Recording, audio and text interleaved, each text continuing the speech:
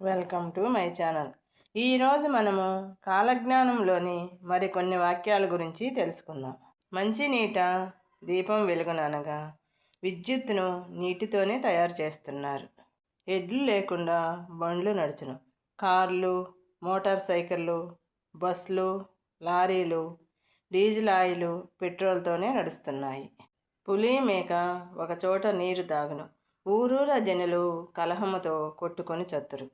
నోటిలో బొబ్బలు పుట్టి రక్తం కక్కుకొని కొందరు చత్తురు అనగా క్యాన్సర్ వంటి మహమ్మారి ప్రబలునని అర్థం.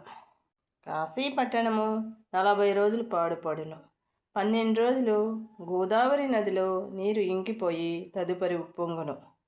వెంకటేశ్వర స్వామి దక్షిణ హస్తము అదరును.